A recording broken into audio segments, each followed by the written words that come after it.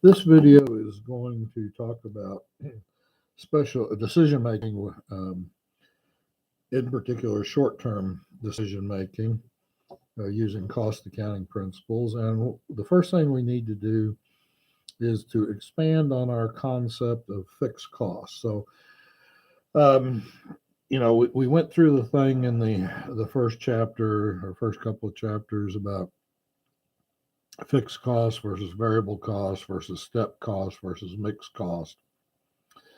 Anyway, we pretty much decided that fixed costs were things that were not did not increase or decrease due to volume within the relevant range that we were working. So now we're going to take our fixed costs, just like before, but we're going to subdivide them into two different categories. First um, is committed fixed costs, and the other is discretionary fixed costs. Now, what this is a committed fixed cost is something we're basically stuck with, right? So if I sign a 3-year lease on a building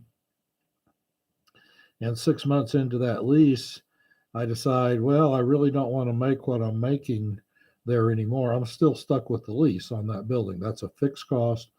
And for at least the next 30 months or so, I've got these lease payments that I'm going to have to make. That's a committed fixed cost. On the other hand, a discretionary fixed cost might be like the supervisor of a product line. We're paying that supervisor $70,000, $80,000 a year to oversee the line. And but if we decide to get rid of that product line, then we can get rid of the supervisor. We don't have to pay their salary anymore. So even though it's a fixed cost, it's discretionary. We can get rid of it. That's important when we start make these decisions. When we do things, can we get rid of a cost or can we not get rid of a cost? Sometimes things will look cheaper, but because of our committed fixed costs, we're stuck with some of the costs anyway. So maybe it's actually cheaper to do it the other way, right? The other thing that we have to take into account in this chapter is opportunity costs.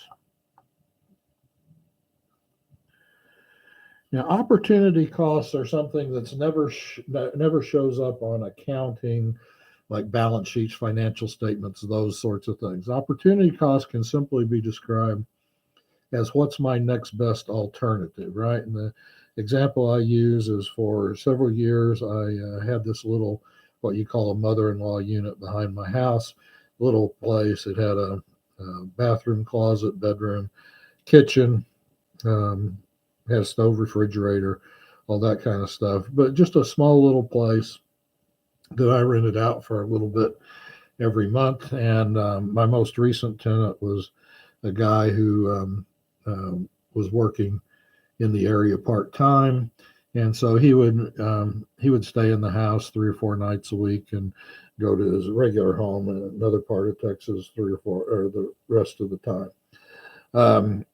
And he's a good tenant, had no problems with him, but he recently took another job and doesn't have the job here. And so my decision was I'm just not going to go through the hassle of renting again. I'd had some bad renters before this last tenant, and I just decided, well, I'm not going to do that. My opportunity cost, I'm going to make it into an office. Right now, I'm just storing some stuff in it, but I want to make it into a nice little office. It's a nice place, and but my opportunity cost of that is the rent I would have been receiving, right? So that never shows up on a financial statement, the opportunity cost. So there's a lot of opportunity costs in there, and often there is when we do this. So some of the decisions that we make when we talk about short-term decision making is make or buy.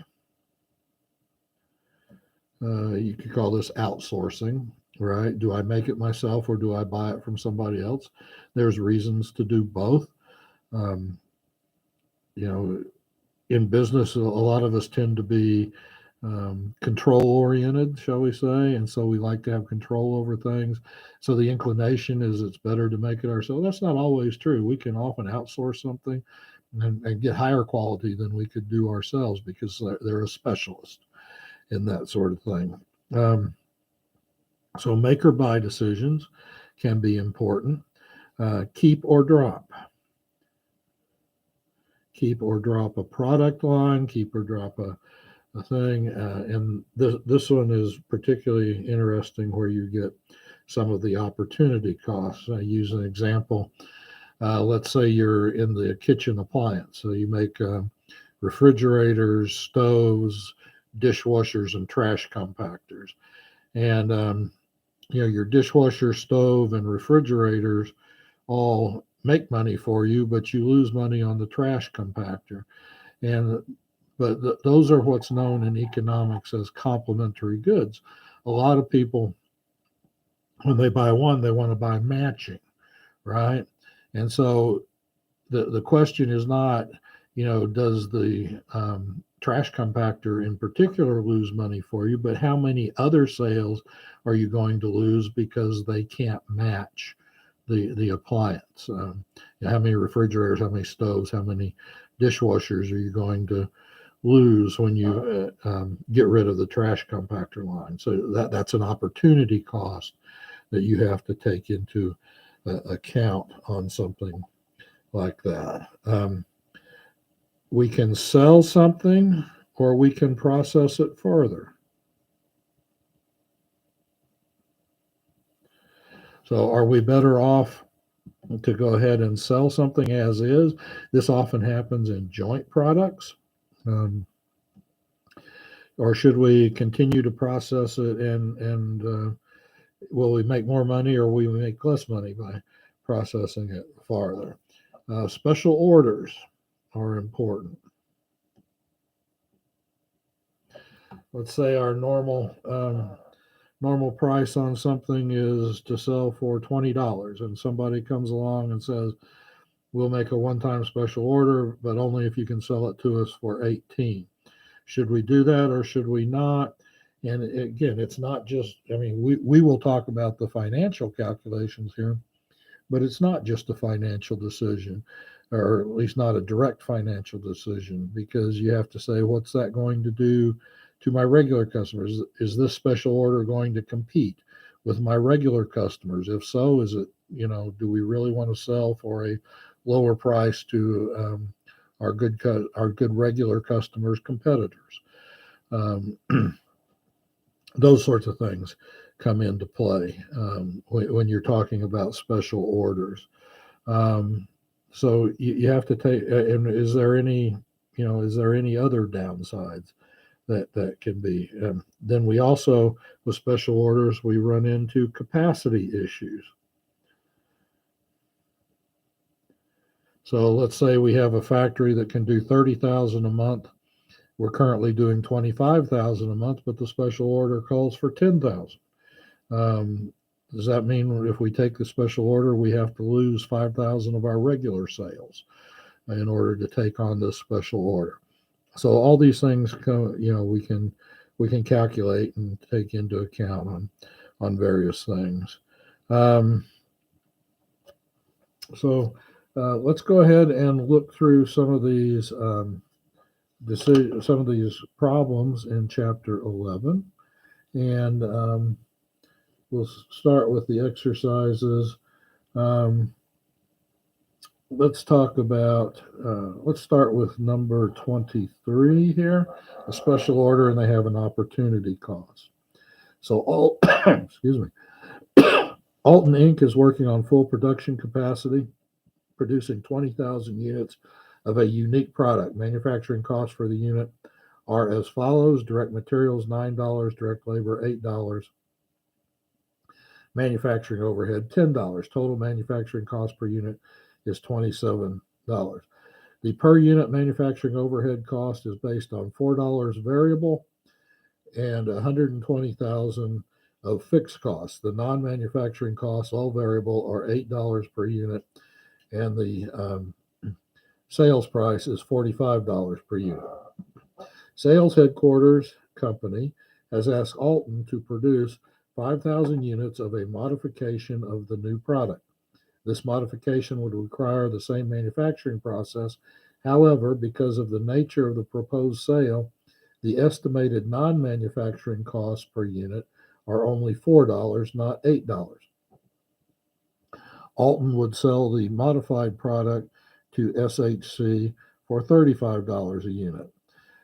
So, what is the impact on short term operating profit of accepting the special order from SHC? So, the way you approach this is you create pro forma income statements.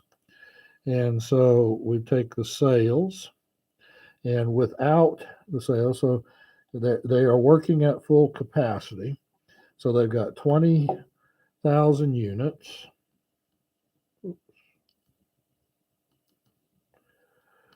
And their normal selling price is $45. And so their sales is 900,000 on that. Their manufacturing costs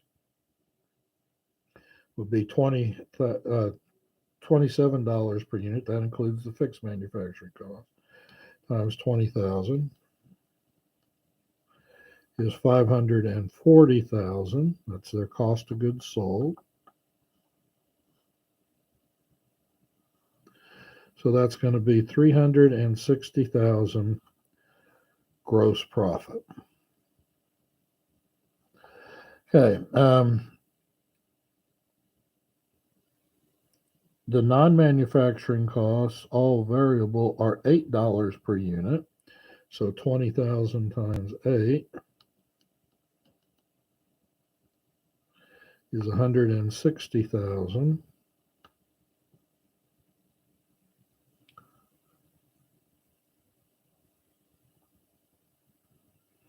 Okay, so I'm just going to call that selling and administrative costs. And so our operating income is 200,000. All right, so that's as things are currently. Then we can look at things. What if we took this special order?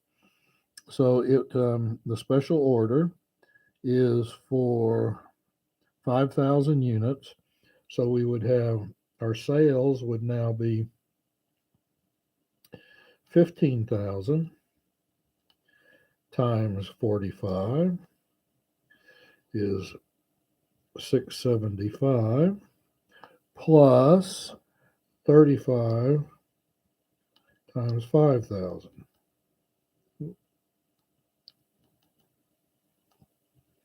175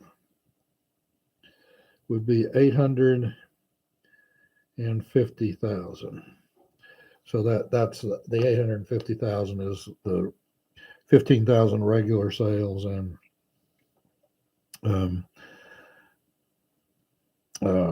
5,000 of the special order. So it's the same manufacturing process. So our total manufacturing cost is going to be the same.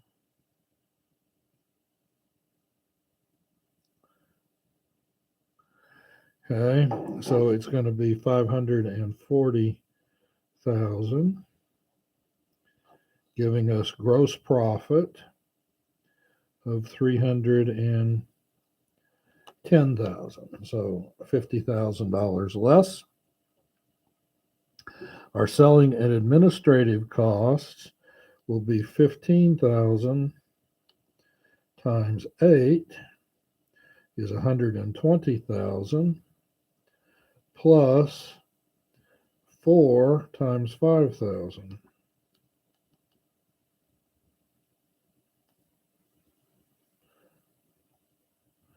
Would be 140,000, giving us operating income of 170,000. So as things stand right now, because we're at full capacity,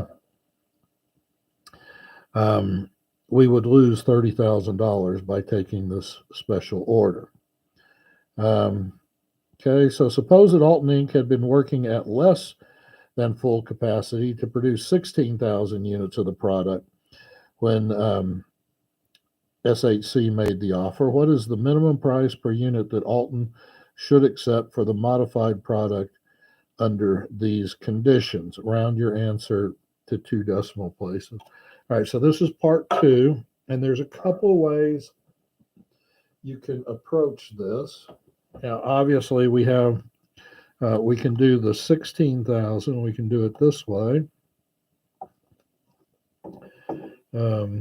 45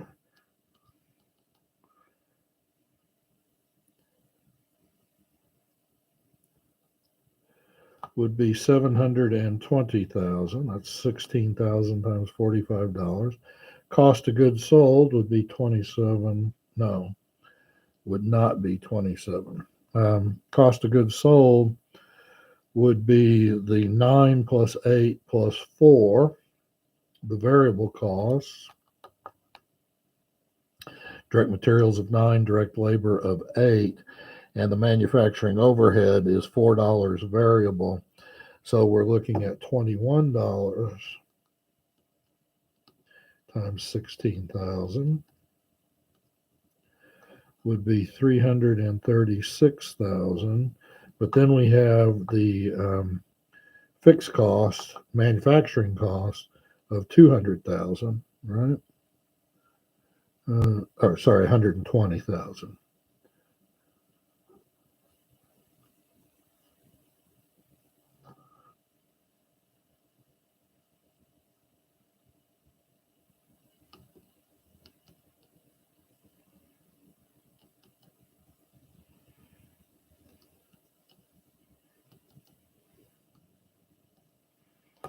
So that would give us gross profit of 264,000. Then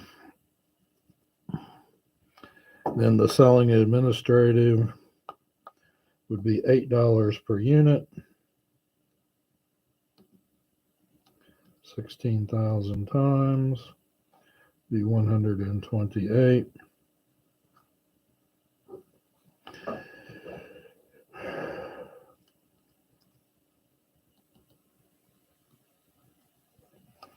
Be 136,000 operating income. Okay, now this time, if we were to take the special order, we would still get the 15,000. So we would get everything here, right? And so we would be better off. We'd be better off by 34,000 to take that. We'd have to lose 1,000 of our regular sales on that. But that's not the question they asked. They asked what's the minimum that we would take. Okay, so the minimum price that we would take on that, we don't know what our sales is going to be. Well, we know what our sales is going to be if we just take the 15,000, right?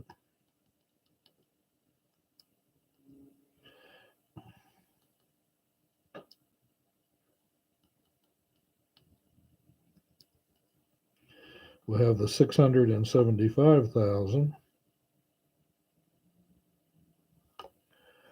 And the variable costs plus whatever we don't know,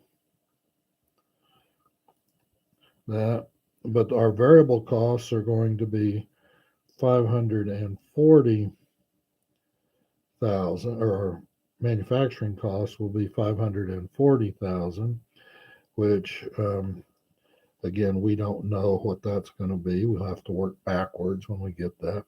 And then our selling administrative will be 140. And so we want to get to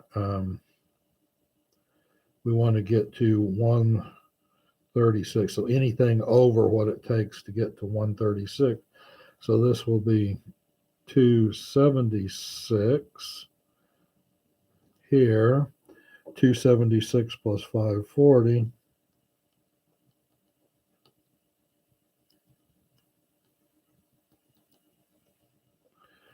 We need to get to 816. Okay, so 816 minus 675 is 141. And we divide that by 5,000. Our minimum price would be $28.20 for the special order, but that assumes that we're not working at capacity, right? So anything above 28.20, we would be better off to accept that special order if we're not working at capacity. All right, so that's how that's one way to work that problem. Another way to work that problem is divide this into fixed and variable costs. So you've got $45 selling price, and you've got variable costs of 984. So that's the variable manufacturing cost, and then 8 for a total of 12, 20, 29. So your contribution margin for each unit of regular sales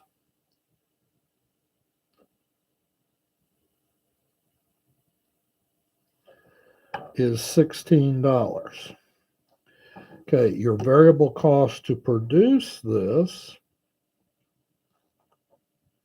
to produce the 5,000 units, would be 9, 8, 4, and 4, $16.25, right? Because the $8 other cost goes to $4 on that. So $25, and you're going to produce 5,000 of those. So 25 times 5,000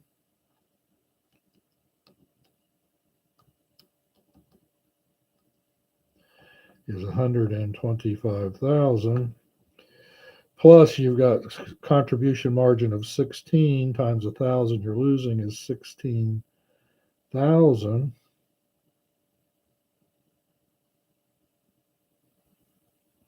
Is 141, and we divide that by the 5,000 units of the special order.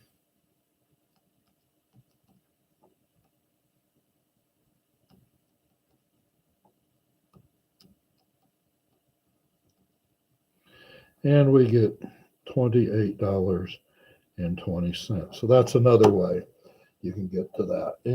Either way is acceptable to get to that answer on that. Okay.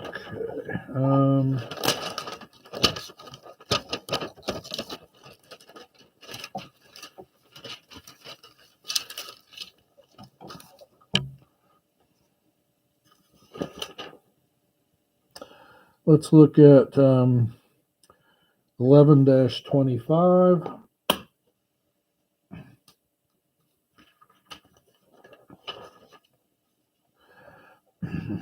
Earth Baby Inc.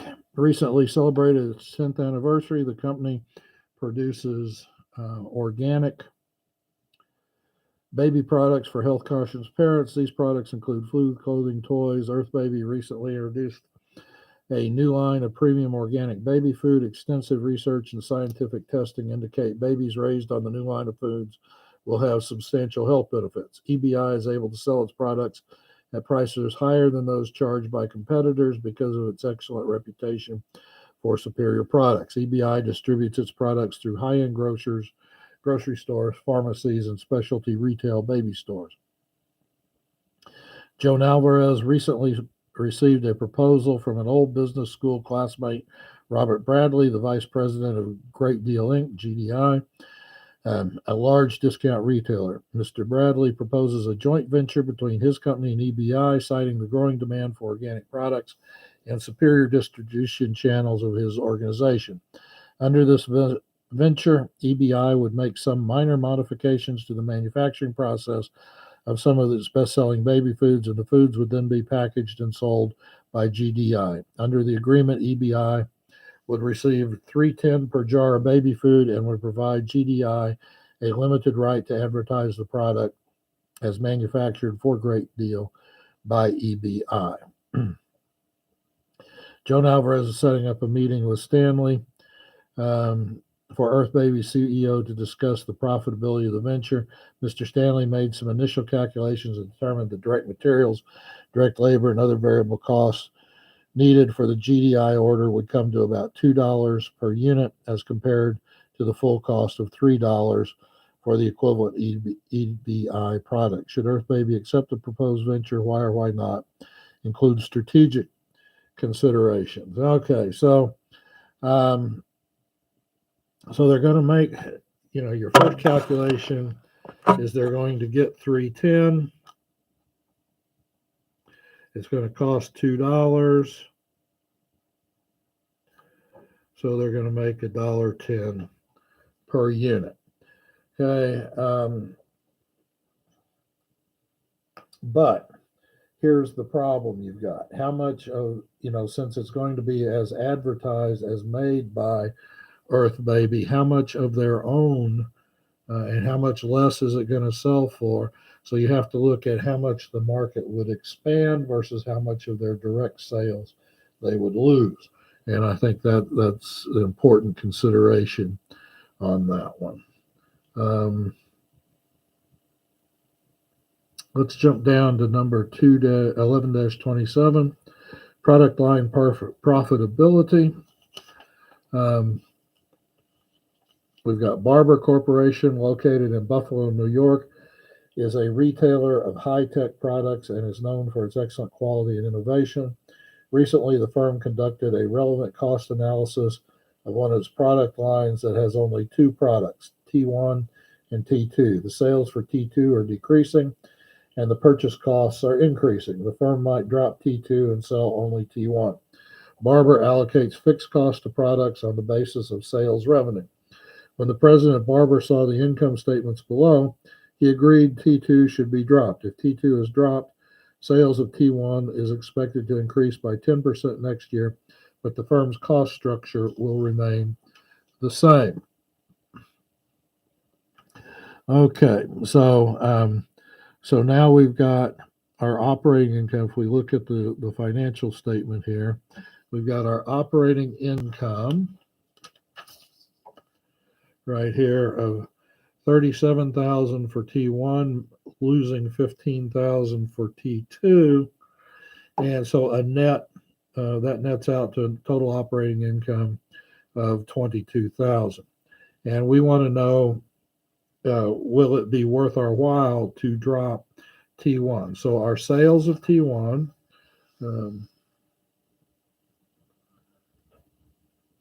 this is 1127. So our sales of T1 will increase by 10%. So that'll be 220,000. Our variable costs will also increase by 10%. So that'll be 770 instead of 70, and 22,000. And so our contribution margin should increase by 10%, so it should be 121,000. Should be. Let's check that math just to make sure. 220,000 minus 77,000 minus 22,000 is 121,000. So there's our contribution margin. Our fixed expenses, however, stay the same. So our fixed expenses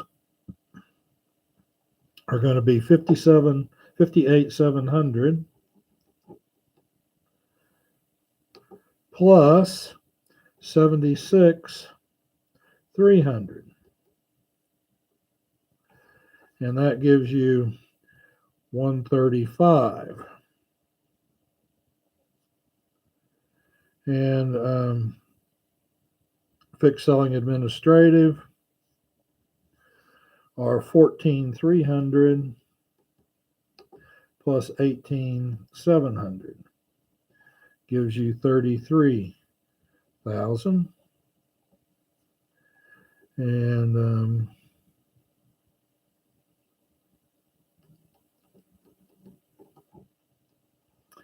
so now we're going to lose 47,000. All right. Now this brings up a problem that honestly shouldn't happen. You look at this, you say the bottom line is 15,000 less. All these so we got fixed corporate costs. You should stop. You should stop the income statement right here and have your joint contribution margin in a third column. And these allocated costs over here, these allocated costs over here, which are not directly, because if these don't change, right, they're not directly attributable to this. So these should come in this third column over there. So, and companies like to do that. It's not at all nefarious why companies do this. There are legitimate corporate costs. There's no doubt about that. But they want to spread it out to the production department, so the people who actually bring in revenue, and but sometimes that hides corporate bloat when you do that, because it just it makes it look to somebody who hasn't really gone through a bunch of financial statements that money is absolutely necessary for this. It may or may not be, but it's very misleading. So that right now they're making 22,000. If they drop T2, they're going to lose 47,000. So they're obviously better off not to drop T2 on that. Let's go ahead and do problem 11-28, sell or process further.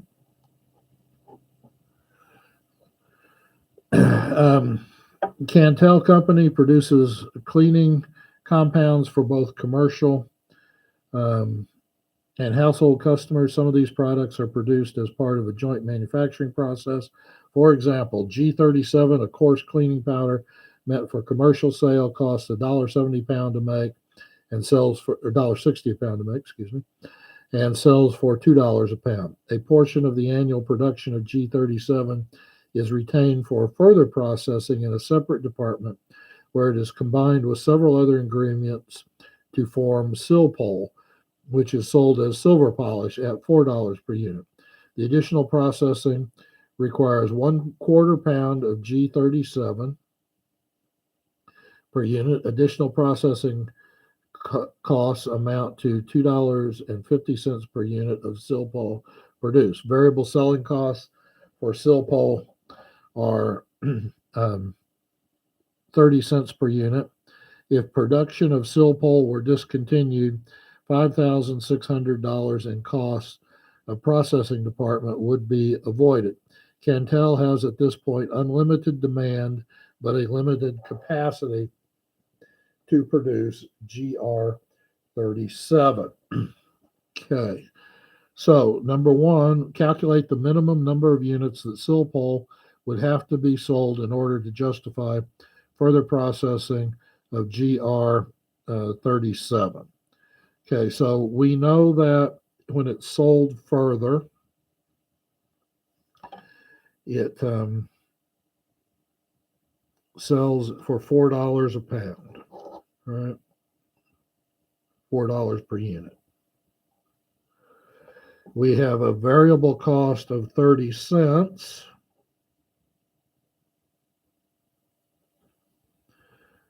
On that. Let's see what else we have. Um,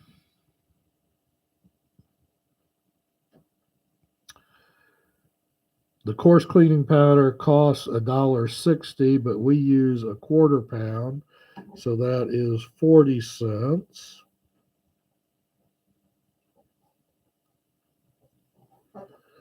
for that.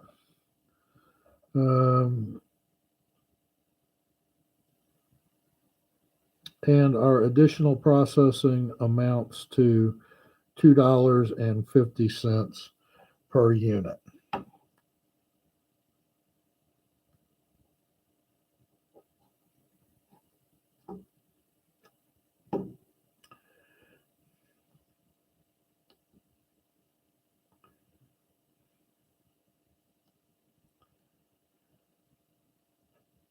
Oops.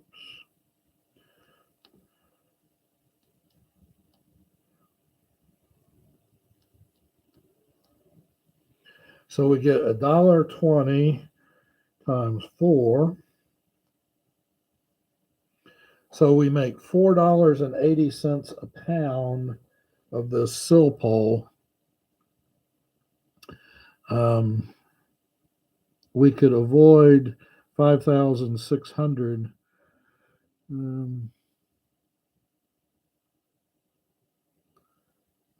of costs. So $4.80 versus 40 cents, because it's $2 and $1.60.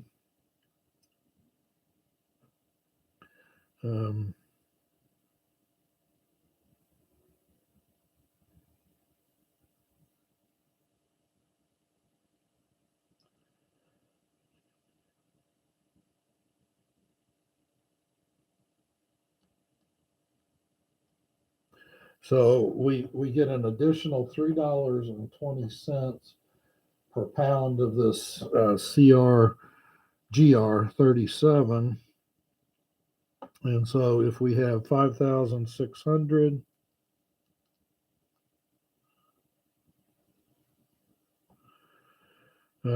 it's 1,750, but that's for 4 of those. So we would have to sell 7,000 units in order for it to be worthwhile. Anything more than 7,000 units, we would be better off to do that. Number 1129. That one didn't go to, this is our cost of the sill pole. Is $1.60 divided by 4 is 40 cents. I took that out because the sell or process for the sell as is, we get $2 minus $1.60. That gives us 40 cents per unit. If we process further on this, we get $4, but it only takes us a quarter pound, so we actually get $16 per unit of that. The extra processing was 30 cents per unit. Sill pole 30 cents per unit, but that's 4 of those, so that's $1.20. And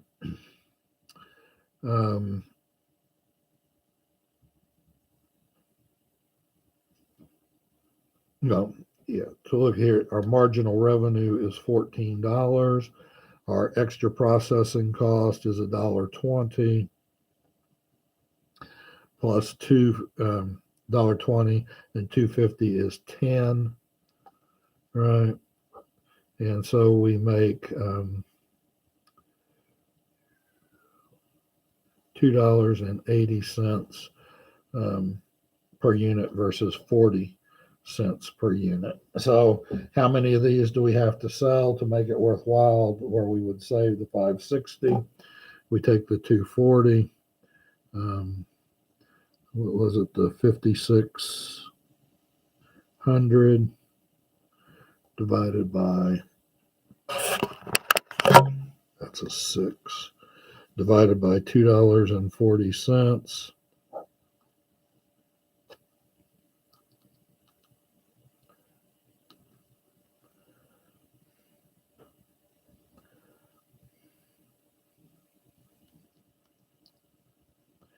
We need 2,333. So yeah, we'd need that to process. That's how many units we need to sell of that. Number 29, constrained optimization. Sandalwood Products produces various lines of high-end carpeting at its Asheville, North Carolina plant. This question has two different grades of carpet, commercial and residential.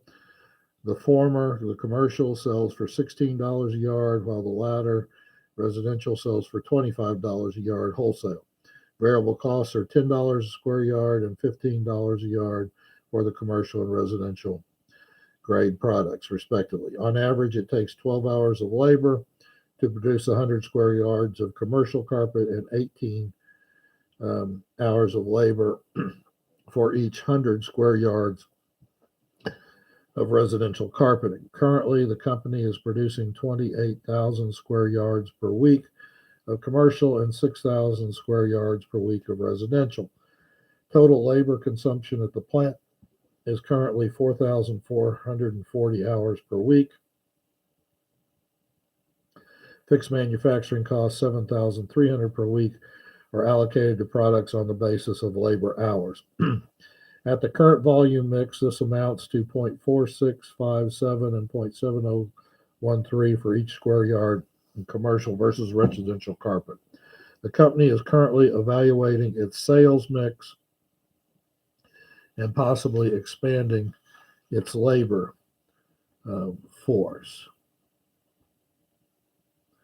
And so our question number one is, at the current output level and mix, what is the gross profit, gross margin for each of the two products in total and per square yard? Round total amounts to the nearest whole number. Round per yard amounts to 2 decimal places. All right. So so the commercial, we are selling for $16 per square yard, and the residential, we are selling for $25 a square yard. And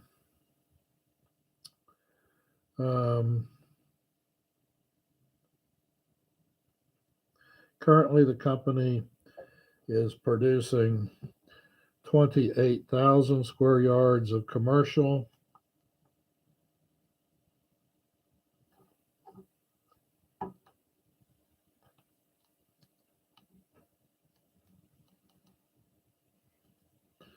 So we've got 448,000 in sales of commercial and 6,000 square yards for the residential is 150,000. Okay, so that's our sales of each one of those. Variable costs are $10 per square yard and $15 per square yard. So 10 times 28,000 is 280,000, and 15 times 6,000 is 90,000.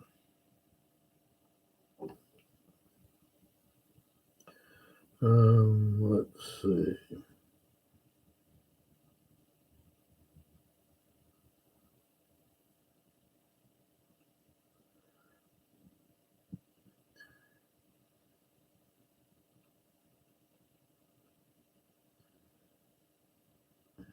Okay, so our contribution margin, gross margin on that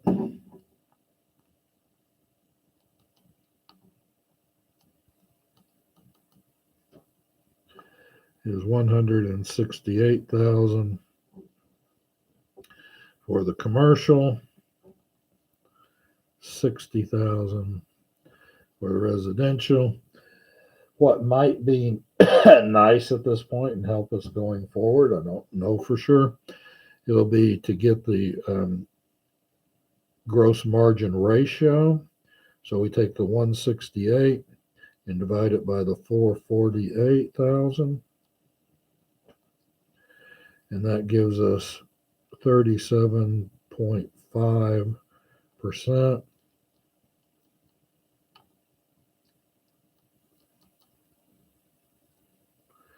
And this gives us 40% for the residential. Okay, so and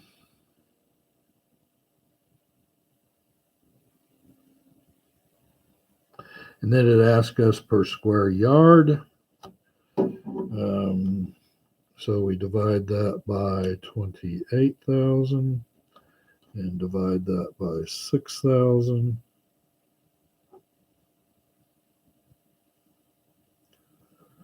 So that's $10.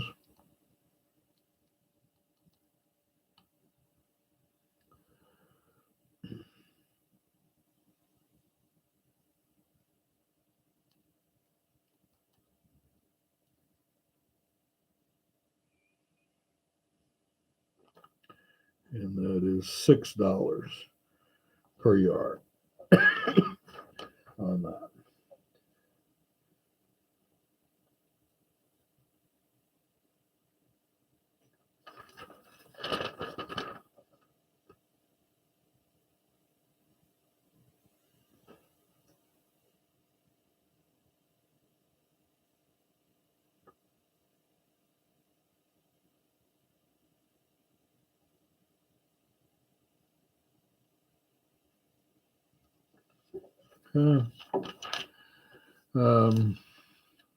What is the contribution margin for each of the two products?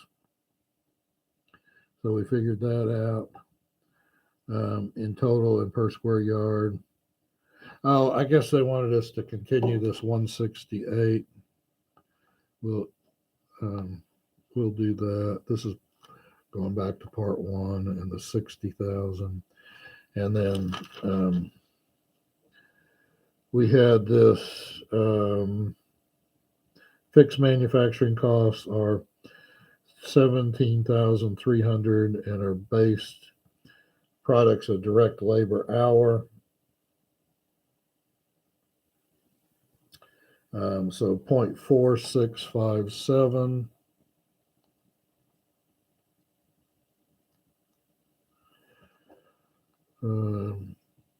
times the 28,000 will give us 13,040.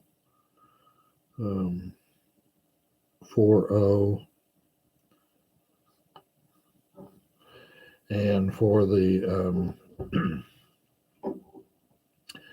this one, it was 0.7013 times 6,000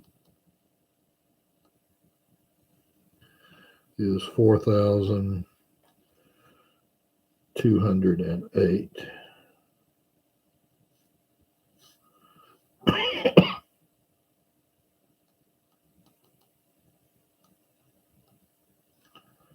$55,792.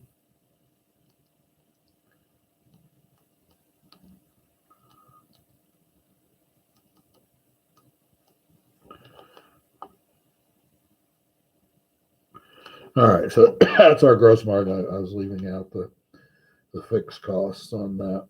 I was just getting the contribution margin. So I did part two first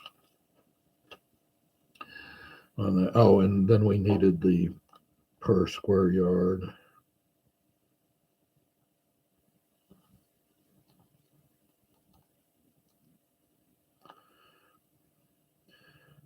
$5.53 53, and this is divided by 6,000.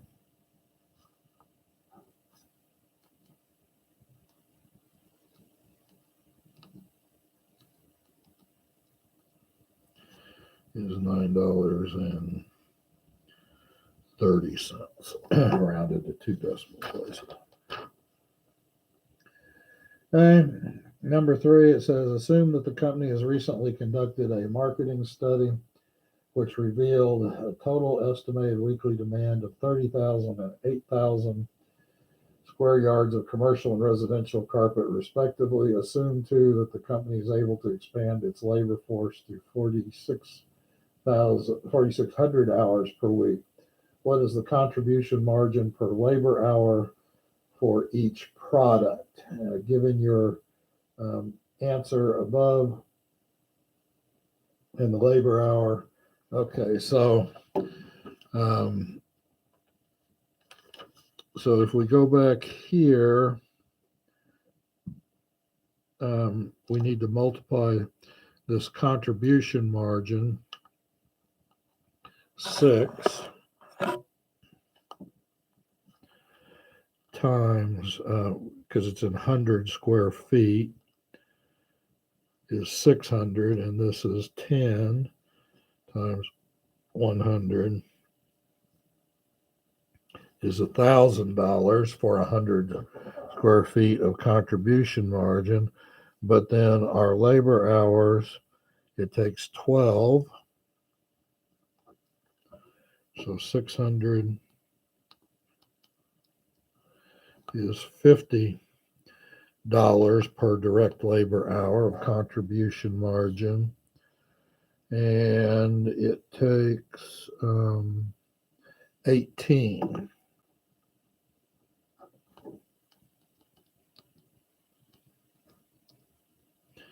Will be 55, 56 contribution margin per direct labor hour.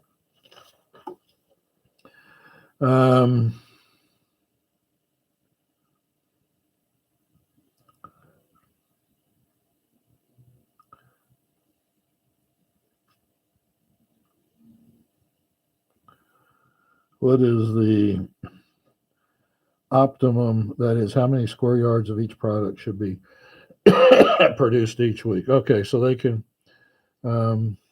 expand to 4,600 hours. They have a demand of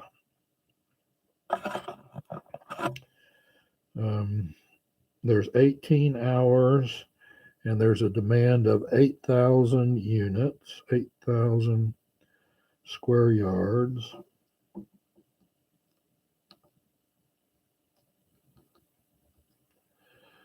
So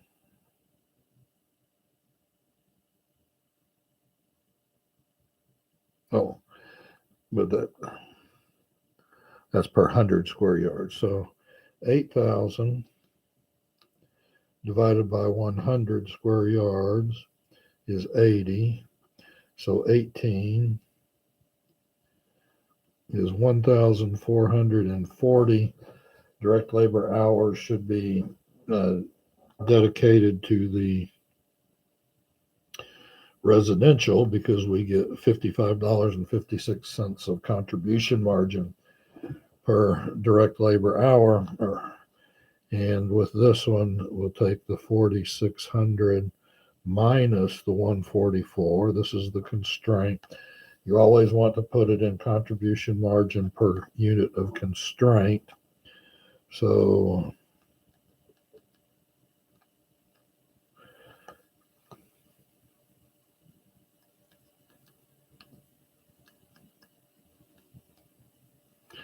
and we want 3,160 labor hours devoted to that. So this is, divide this by 18, 14,400. Well, and that'll give us 80, right?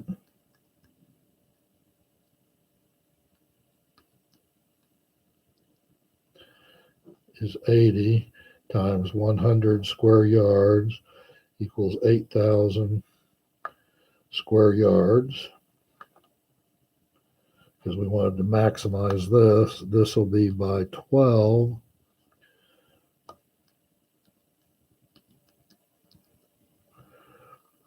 Is 263 times 100 square yards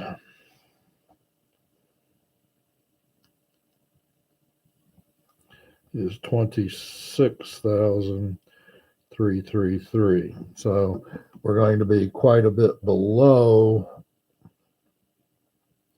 right? Because the demand is upwards of 30,000, but given our labor constraint, if we maximize the residential, we can only make the 26,000.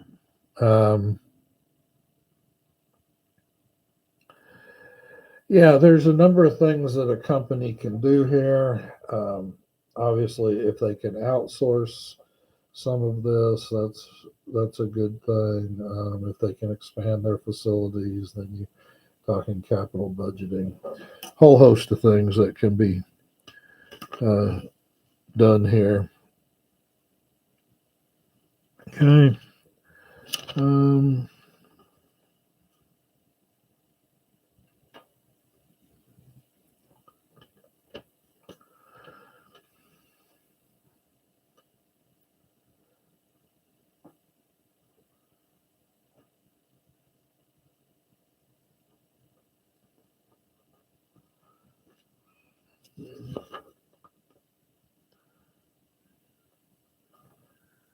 Yeah, that's almost an hour.